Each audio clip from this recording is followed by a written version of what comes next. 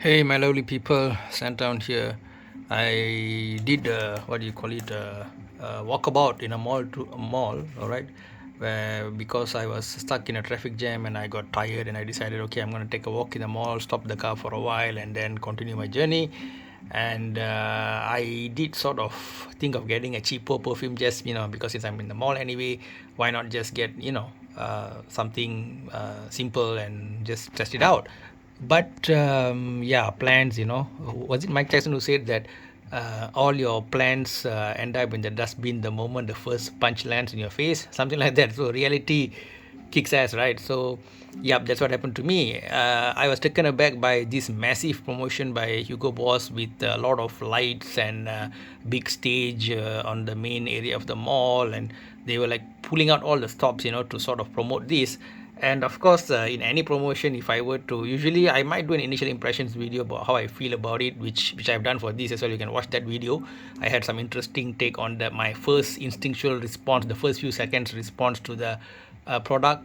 And then of course after spending some time with it, then I got like now a kind of a more, how to say, a more holistic viewpoint of this perfume.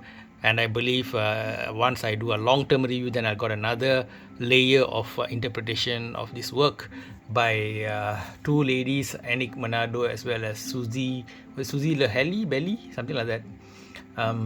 So now this, I think most perfume frag heads know already. uh, Flankers don't mean anything nowadays. Okay, let me all for the newbies. Okay, let me tell, flankers doesn't mean anything. If you're gonna go to a shop, see a bottle which like this, this looks very much like the original Boss bottle, which is more like a apple leathery smoky feel, which is very very popular from then till now. If you're expecting any kind of apple variation, because I think I've said it in one of the reviews before, when it comes to music, if you let's say have a song by Michael Jackson, Beat It, right, then there's an extended version, a remix version, but you know that the core spine of the song will still remain, which some they might modify into techno, they might make it longer and so on. But in flankers, sorry, flankers, in perfumes, it seems they just not bothered with any kind of rule.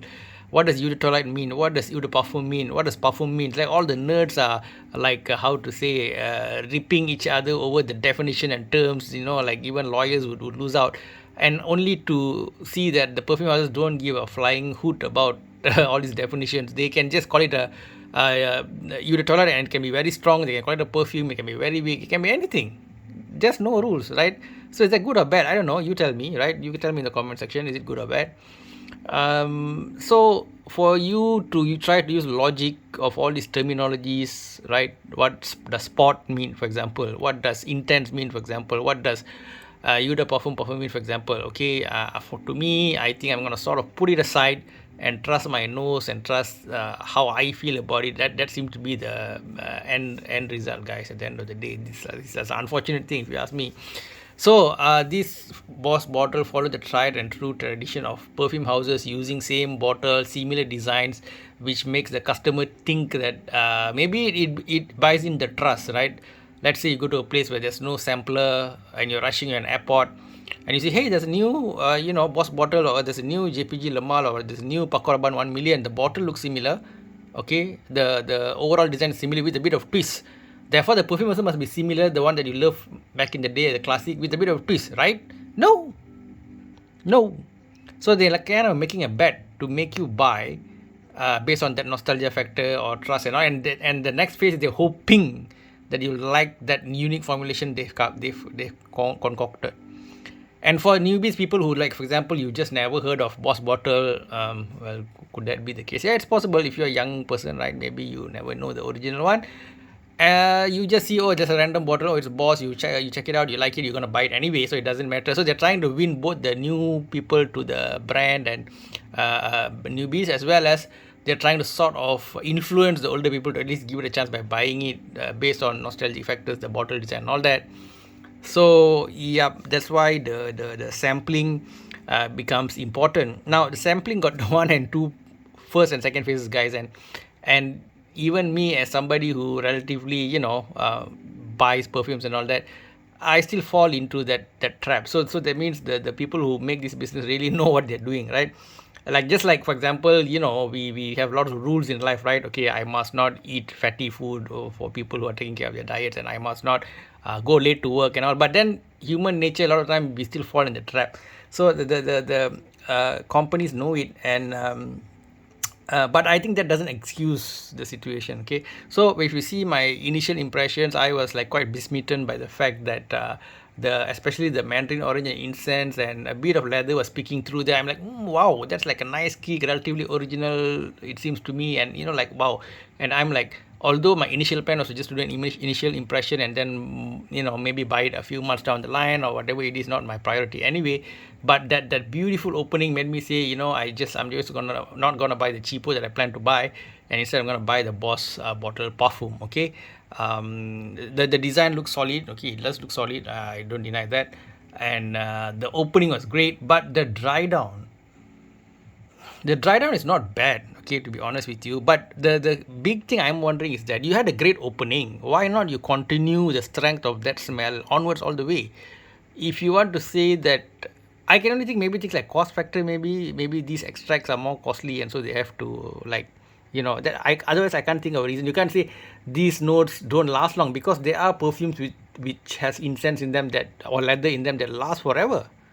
Okay, so why do this thing where you open great with mandarin orange and incense, and then you go to sort of the fig roots and oris, which sort of comes down, and I suspect there's some musk in here, because I'm getting that musky agginess again, unless I'm wrong about my nose is wrong about musk, okay, which might not have been officially um, put down in the notes list. Okay, so it started off great, but it has sort of, after the dry down, it's come to relatively average. Okay, and where would I ask you to wear these? Well, how to put it, if, well, it is called Boss after all.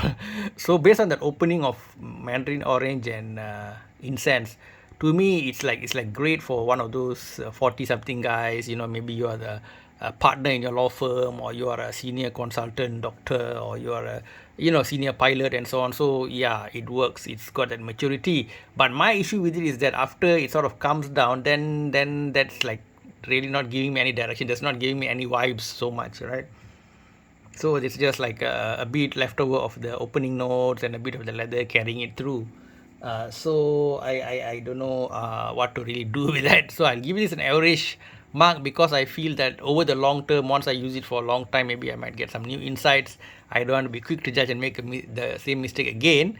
But I would say that this is one of a real good opening in a perfume that I smell. I don't know what you guys think. You guys can just go and have a free sniff at any of the malls where they have the testers and all that, and share your thoughts with me. So if for the opening alone, I would give it a 4 out of 5. But with all the dry down and all the relatively confusing messaging, okay, probably it's a 3 out of 5. Another thing about the thing is the price. When it was launched, it was about $115, something like that, for a 100 ml bottle. And for this recent, when I bought it this time, I told you, right, they have all these massive platform on the mall's central atrium, and a lot of salespeople, a lot of posters, the whole full shebang. I'm sure they spent a lot for that, and they also give a good discount on this, whereby this was given at about, I think, about $80-90 thereabouts, after discount. Okay, so I guess, well, I guess no regrets. It's not as good as I thought it would be based on the opening, and a very rookie mistake I made, which I you might even still make in the future, because humans are emotional creatures. You smell something so good, you're like, wow, I want to smell this more, and you get it. Yeah, but that more how to say, more left brain people, they would sort of smell and then give it some time, and wear it on their skin and walk around, take a few hours at least, and then make the decision to get right. So that is that. So guys, that's my thought on this 2022 release of Boss bottle perfume, which was well priced when I got it at the discount. But the dry down is kind of, how to say, not very exciting, I would say. I would summarize it as that. So okay guys, I hope this review was helpful to you.